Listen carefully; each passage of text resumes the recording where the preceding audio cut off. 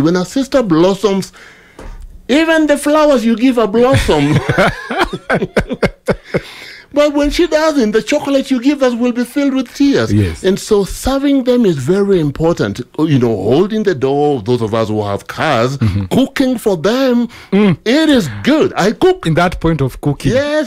There are people, I know there's some men who never get in the kitchen because but like you mentioned, the African society has positioned us in a place that, you know, the wife is supposed to be in the kitchen doing the dishes and everything, to cook and even to wash. But I'm just wondering, you know, who actually came up with those rules? They are not in the Bible. Yes. They are not restrictively told to a man that if you cook, you will die. It is sinful. Not really. You got to go. So leadership is in all aspects. I remember my father. In our culture, we love omena. My father would go to a kitchen and cook omena for my dad and my mom and our family. We'd really feel good. Pearl Radio, the home of fresh and classic hits. My name is Charles Owidi. I'm a church minister. I've been a pastor since 2002. What? 2002? Actually, traveled to Rwanda in 2001. And I'm a life coach. Wow. But principally Bible-based. And so that's what I do. Yes. Meeting people, weddings. I do premarital classes, but mainly Bible-based. Yes.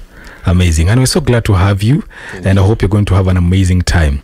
You know, even as we start from the conversation that we're just about to have, the role of a man in a relationship, it is very important because we are living in a very confusing time for men in our society, and the secular world paints men in all kinds of, particular colors that men are supposed to do this. Maybe men are toxic if they don't do this and do this. So what is, even they start from that particular point. I think the role of men in a society, the role of men in a relationship, the men play a very important role. Yes. And if you find from the little meetings that I've had, men who take care of their responsibility, they have to take care of families, they have wonderful children growing up, they have wonderful, beautiful women, wives who just blossom. Yes. So the role of a man in a society can never be taken for granted. Yes. But indeed, as we continue with this, it's therefore then important to understand what is the traditional role of a man versus biblical role of a man. Yes. Because God created man. Yes. And one of the things, or what I always tell people, if you go back, you look at someone with a car and does not know the power within that car. It is a waste, like a sports car.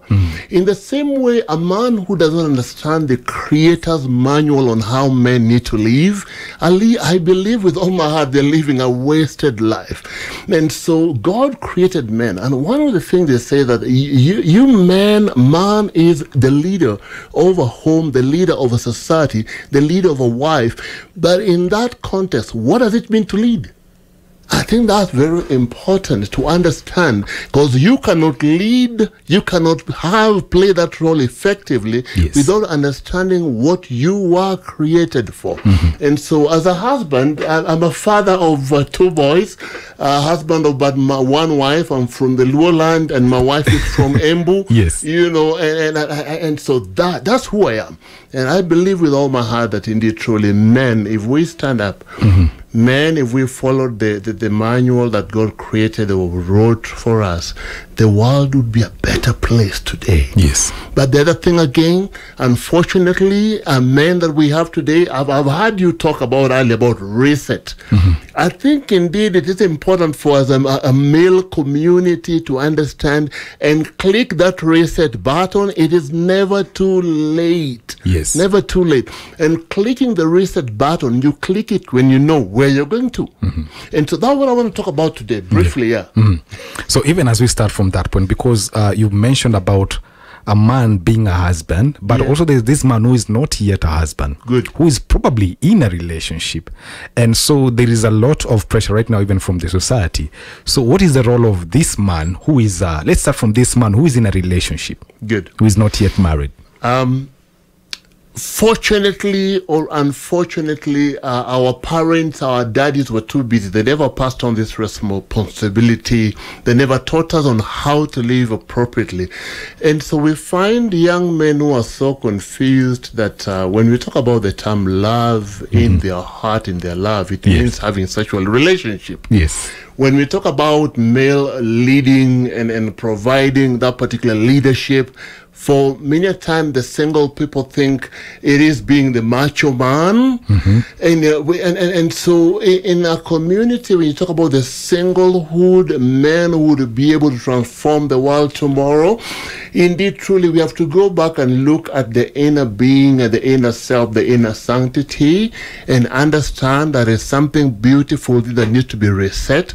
And once that is reset in the principles of the Lord, you get indeed truly to have a leadership that God expects of you. To our younger sister, because women were naturally made to be beautiful. Yes. They were meant to decorate the universe. But in the decoration of the universe that God gave to them, they need a man to lead them. And in the leadership of the man, simply, number one, man becomes the head, but the headship of male community has been misunderstood traditionally. One, what does it mean to be a head? That's a question probably I need to ask you. Yes. What do you understand by being a head? What does it mean in your understanding? Being a head is just taking the leadership role of saying that, I'm the one who determines, this is how this thing is going to go.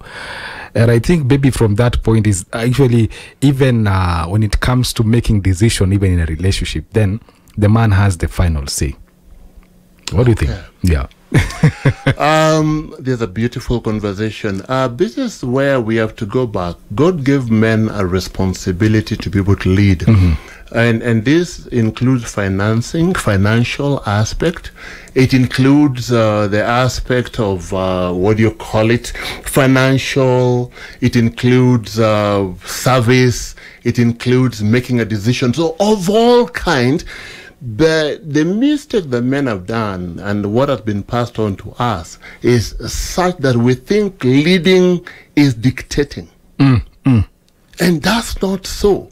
We think that leading is what our parents taught us. We saw our parents beating and bullying our parents, our mothers, and that was a miserable state. Yes. And so kind of traditionally we've been given a perspective that is very wrong. And that's why for me today, my key and the main aim is to go back to the biblical principle and what the book of Ephesians chapter 5 verses 23 says. Yes. For the husband is the head of the house, but in that headship, verses 25 says, husbands, love your wife.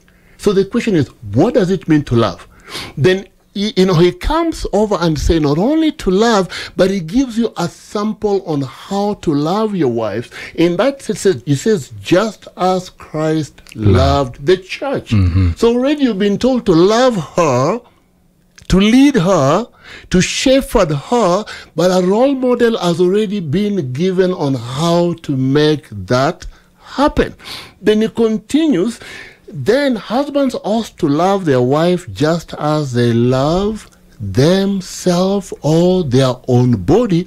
And the sanctity of a relationship, whether you are single or married, these are called God has given to male community. That in that particular love, what do? You have to understand, what does it mean to love myself? The question is, can you give what you don't have? You can't give. Neither can you make a change in a situation that you don't understand. Yes. So the number one thing that male community must accept and understand, what are some of the undoing traditions that we've picked up over the years that are contradicting the Bible? Because if God is not first, anything else we do is second-hand. It's second-hand.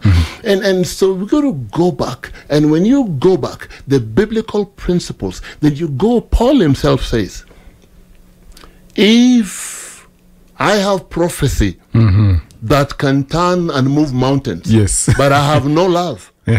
If I buy all the flowers in the world, if I buy for that young girl a car, if I have the latest, but I have no love, I'm only a resounding gong. Yes. And then Paul comes and speaks about the qualities that describe what love is. Love is patient. Love is kind. What is it telling you?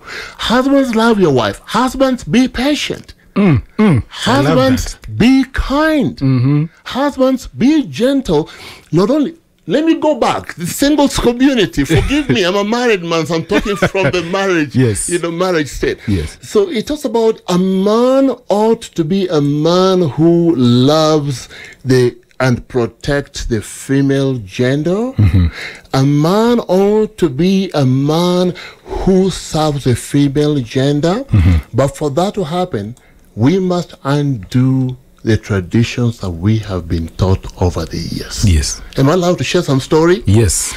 This couple, I met a couple, and this couple were dating. And the lady was afraid.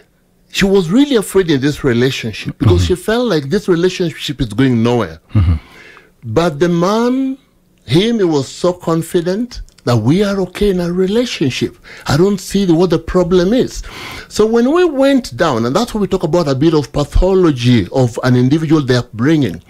This single man, in their family, the mother and the father fought all the time, but they all kept just together. They never separated. But for the lady, what had happened, that particular lady or sister, the mother and the father fought a bit and the family broke. So for her, anytime she saw a problem in the relationship, she saw a divorce sign in that relationship. But the man did not understand that. But for the man, problems are part of life because my parents have fought all the years. Yes. And what has happened? They are still together.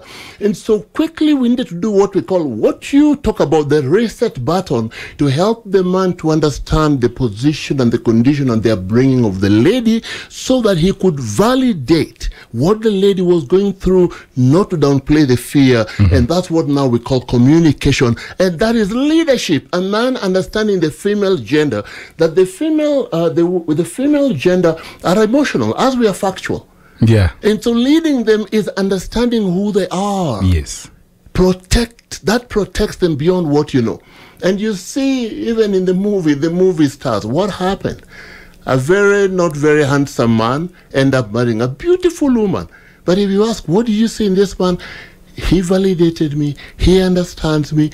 And you find that those simple things that one day when you marry is what actually leads to divorce. True. Not big things, actually. Yes. So that's yeah. But I don't know if that makes sense. Yes, it does. So understanding our culture, the upbringing, and then from the upbringing, then you are able to do a reset button. And that's where now you need a life coach, you need a counselor, a pastoral counseling to be able to help you to understand your past, and you have to deal with it. Apart from that, the traditions we've grown up in, the culture we've grown up in.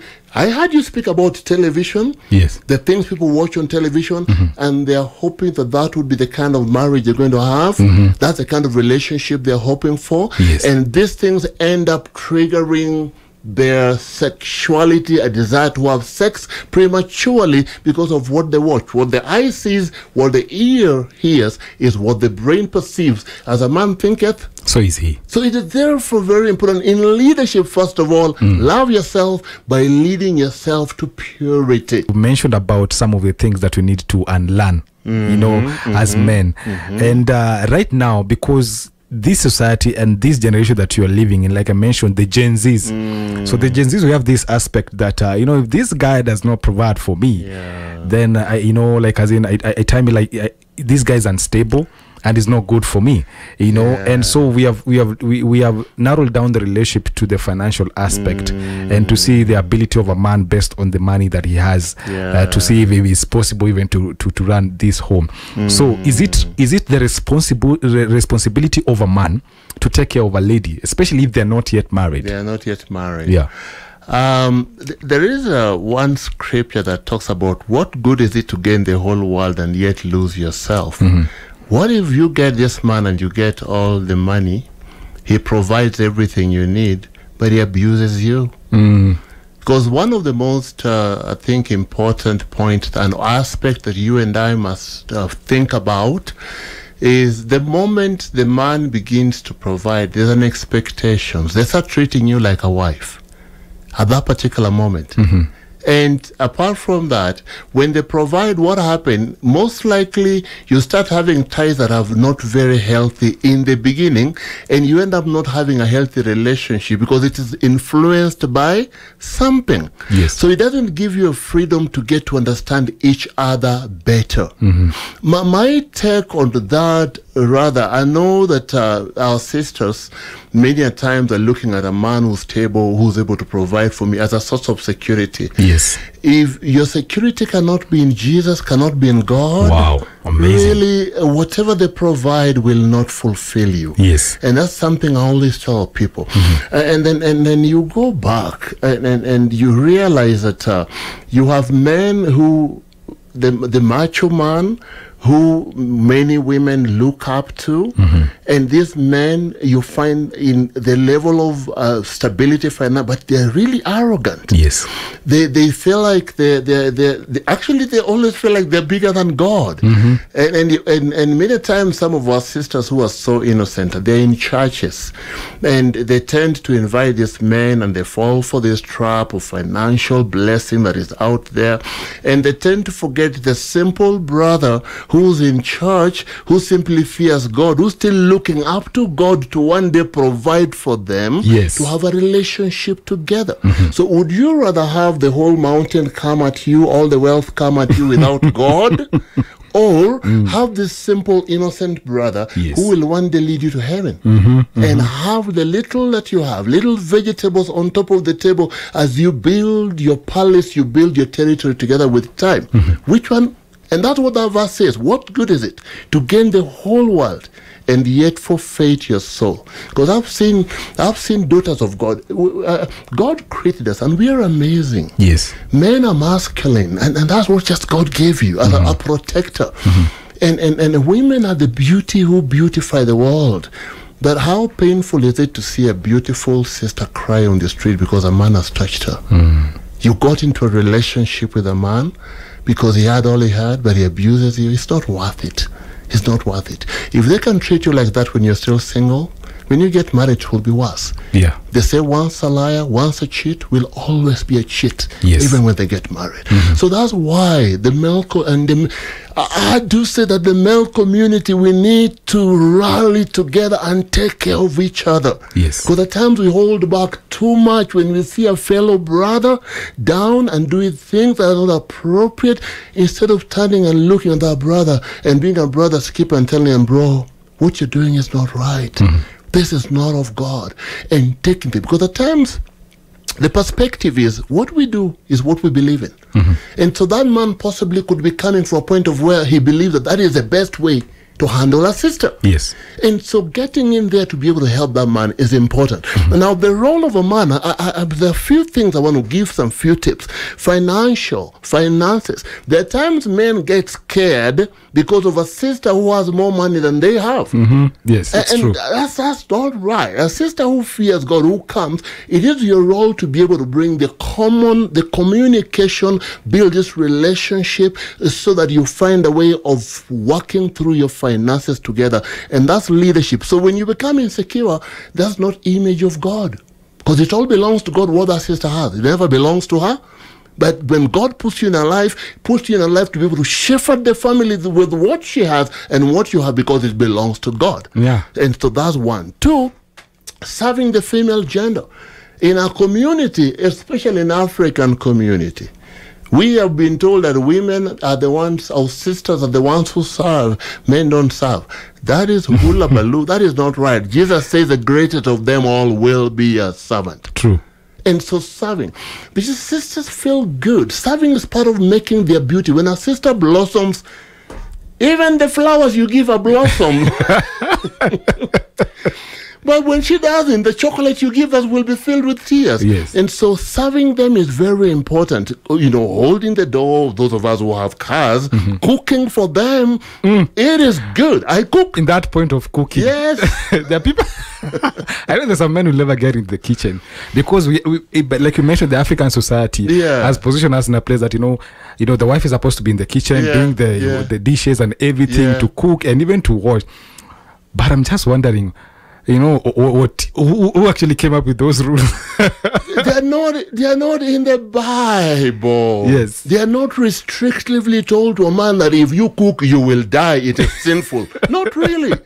You got to go. So leadership is in all aspects. I remember my father, in our culture, we love omena. My father would go to a kitchen and cook omena for my dad and my mom and our family. We'd really feel good when your children indeed see you do that. And so today I cook for my wife. I have special meals that when I cook, oh my. Yes. My mother one day and my grandmother one day came and asked, what's wrong with you? After they ate the food, they say this house is a house filled with Jesus Christ and the Spirit of God. Wow. Because what we've seen you do, it doesn't happen in the world. So defying the culture, defying the tradition is serving the sister community in all ways. Yes. But this is where you have to agree, because there are some sisters who come and say, I prefer to be the one to do it. Yes. So communication in that is very important. And then the other thing again, honesty. Being honest and being open. That's a leadership role. That when I indeed truly am in a relationship with this particular sister, and sisters many times that is what they cry for. I want to know how you feel, what you're going through. But male gender, we tend to feel like we are tough. Out of the overflow of the heart, the mouth speaks. Speak it out. It is the heart. That's how you feel. And speaking out simply means you're vulnerable. You're bringing it to her. And sisters, pray more, they will pray for you. Yes. Bring it out. Because when you bring it out, she understands where you're coming from. Yes. She understands why you're behaving the way you're behaving. She'll treat you differently. But you don't bring it out, she will not know how to handle you. So communication, being honest, being open is another source or another leadership that is very vital for a man to understand and to play by. The other thing, forgiveness. Situations will happen. Mistakes will happen. Will you be the leader in forgiving the sister? Will you be the leader that when you're wrong, you speak about it honestly, but you still forgive? Not because you feel like, but because my Lord has called me to forgive this sister, because I'm created in His own image and I have the capacity to forgive. His divine power has given us everything we need, life and godliness. Yeah. Forgiveness is very important. You know, you mentioned about forgiveness, and actually today I came across there's a particular meme of a guy who actually he was telling his father that, Dad, I'm going to get married. And so his dad was like, tell me I'm sorry. I was like, why should I apologize? The dad insists, tell me I'm sorry. I said, what have I done? But then the guy said, okay, sir, I'm sorry. Then the dad told him, you know what, you have to learn how to say sorry in marriage. That's a good one. Yes, because in marriage, you maybe sometimes make a lot of mistakes, and it's very important. We are sinners, we will make a lot of mistakes. Yes.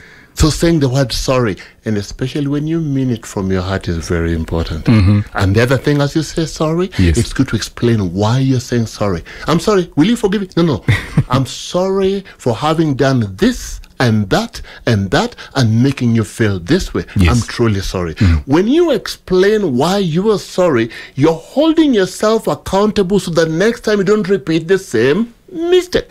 So can you imagine you saying sorry and repeating the same thing today? Tomorrow you'll find yourself feeling guilty, and that will help you to repent. Yes. The other role that a man has to play, it is very important as men, as male community, to know the values within which to build relationship. Because many do not have the value. So what happened? They just have hazard. They're just picking things on television, street. They look at other male gender, the way the male gender act, and they want to act like that. Yeah. But it is important. So the core value principle is what now will help you to make decisions that are valid. And this core values is where now we got to go back to look at what does the Bible say about this value? What does it mean to... I heard you talk about purity earlier. A very significant part of a man. Because men think that if sexually, I look at a woman, and when I look at a woman, she dressed bad, so I blame the woman for the way I responded sexually. It's not right. Yeah. Take responsibility for your life. God has given the spirit of self-control. So in self-control, when I look at the woman, yes, I look at her. Will I be aroused? Yes, I will be. But I have self-control. So what do I do after that? What I do after that is what brings God glory. Because naturally, I'm a man. I'll be aroused. What do you expect? But now, should I now go drink poison because I don't do that?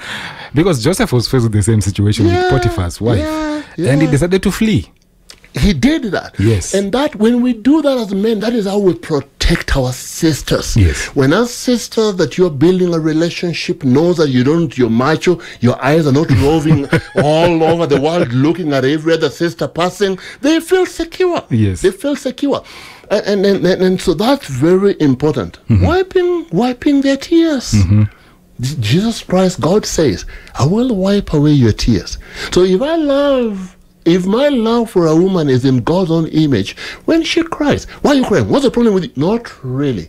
You reach out to them, give them a hug, wipe away their tears, because at times something you've done has made them feel the way they feel. For you, it might be right, but for them, they are affected.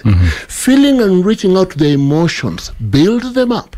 Reaching out to their emotion, wiping those tears, it will glorify God. That's what I would say, because you've taken care of God's daughter. Allow me just to ask you a question even on that point. Okay. Because it's very important. We mentioned about wiping the tears, and sometimes you can find ladies who come into a relationship or come into marriage, but they have some past traumas. Maybe something happened and maybe they have never healed, or probably there's something they're still struggling with, maybe when the triggers happen. So how do you handle? Because even you as a man, probably you're not even especially because not everyone is a mental life coach. So he's faced with this issue that the wife is always crying. The wife is facing some emotional baggage. So how do I face this? How do I handle this situation even in my family? When it comes to mental health and when it comes to emotions, it is important to go back to the past. And that's why I tell people, please do not try to solve that problem. Look for a mentor. Look for a life coach. Yes. Look for a counselor, because possibly there's something the father did to the mother, and whenever you do something of the same nature, she remembers the pain. And there's a woman who loves you so much, wants to be in a relationship with it, gets scared because of something that you do. So it's always good. Number one, do not judge them. Don't judge.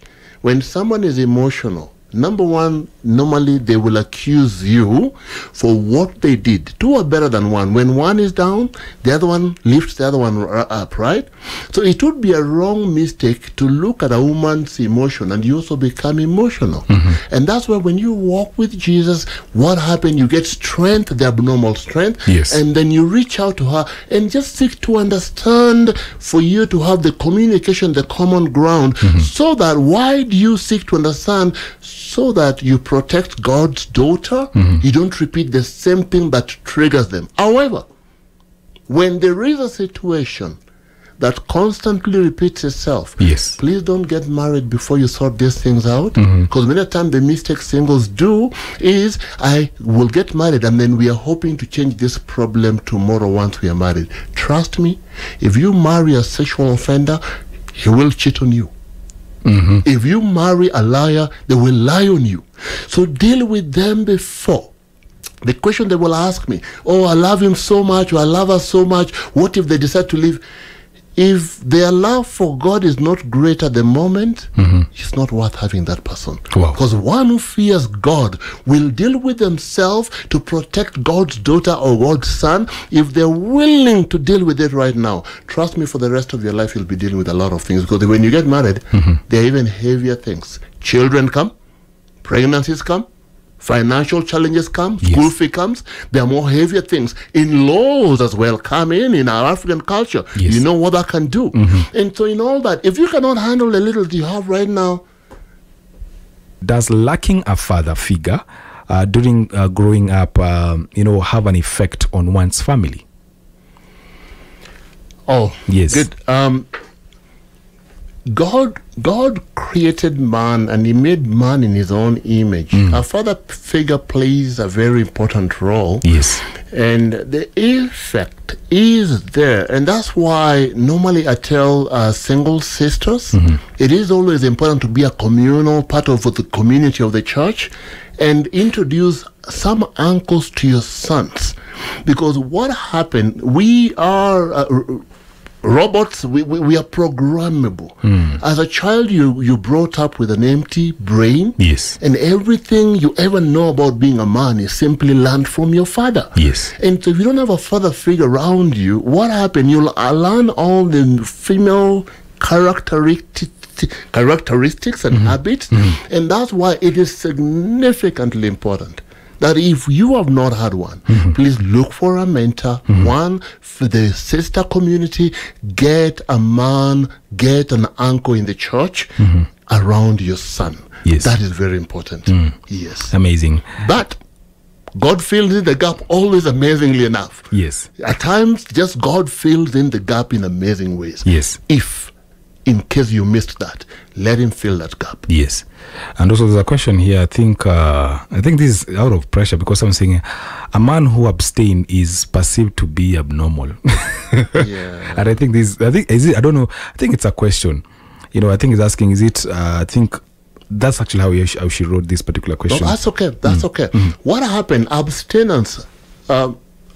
If I know that I'm created in the likeness of God, yes, and I know that I'm supposed to protect and cherish and respect my body, why should I make use of it before that time comes? Yes. Because the Lord who created marriage, he knew in his wisdom so well that the marriage is the only time when a sexual relationship is supposed to be consummated. Anything apart from that simply destroys. And that's why you find early pregnancies. Yes. How do they handle those? That's why we find street children. So abstinence actually for a man is strength, honor, and dignity. Yes. Yes. And I think I'm going to sample the last one here. There's a man who is over 50 and not married. What's wrong?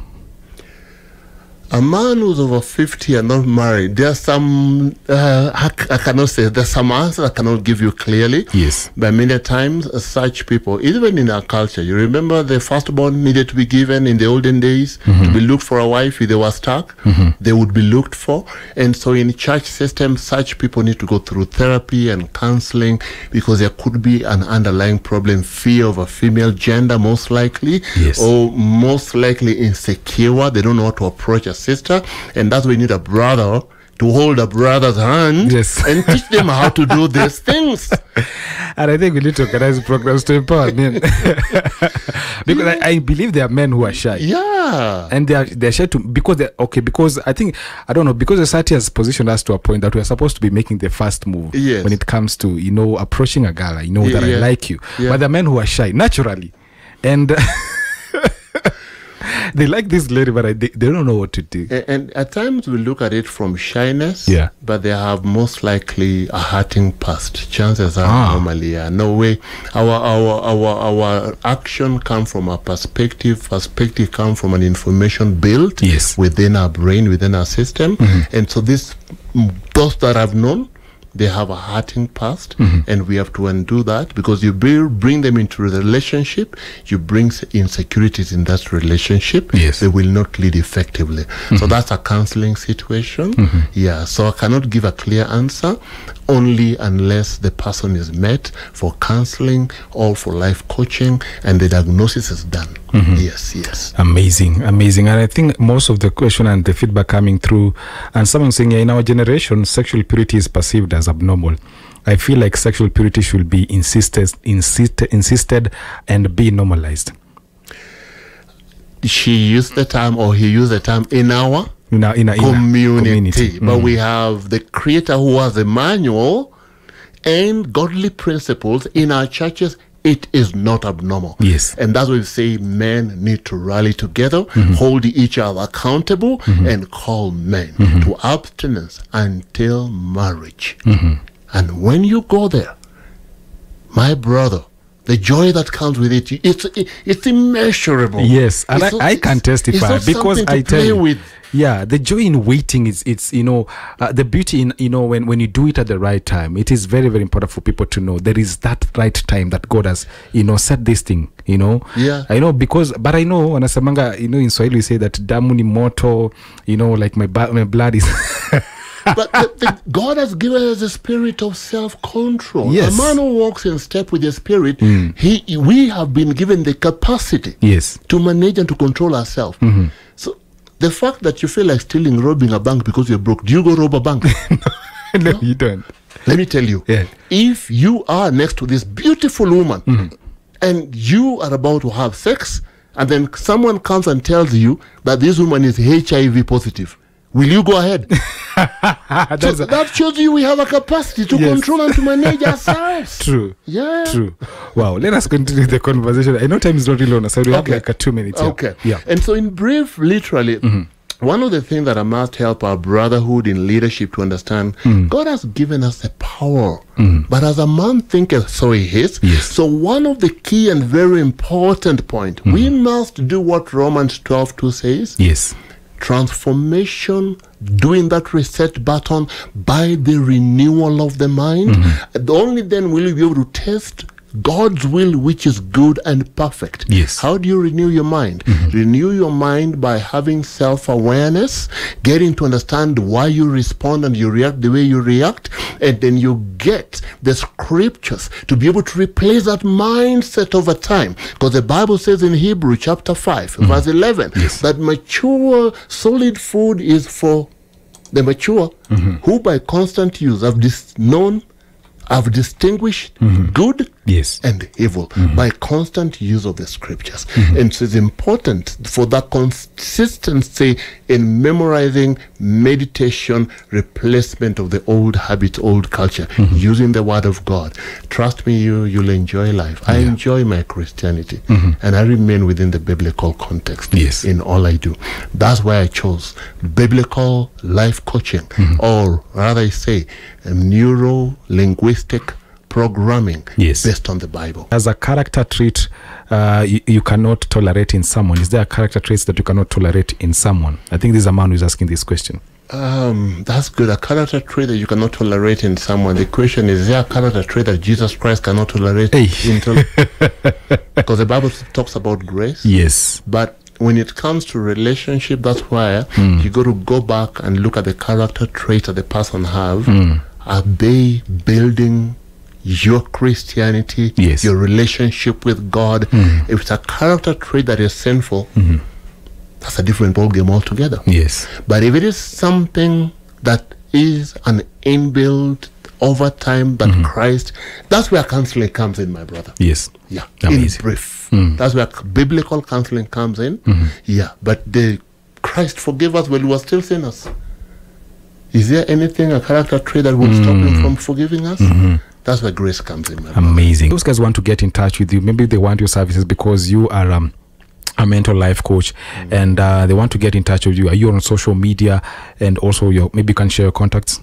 Oh, my if you go to coachowedi.org, coachowedi.org, you will get everything about me there. You know, but my telephone number is 07-0724 994066. Specifically, I do Bible life coaching, Bible counseling, or based on biblical principles, because I believe with all my heart that the Bible is the foundation of any relationship. The Bible is the foundation of life, foundation of eternity. This other are temporary. Yeah. Thank you very much. So thank you so much. 96.9 FM, Pearl Radio.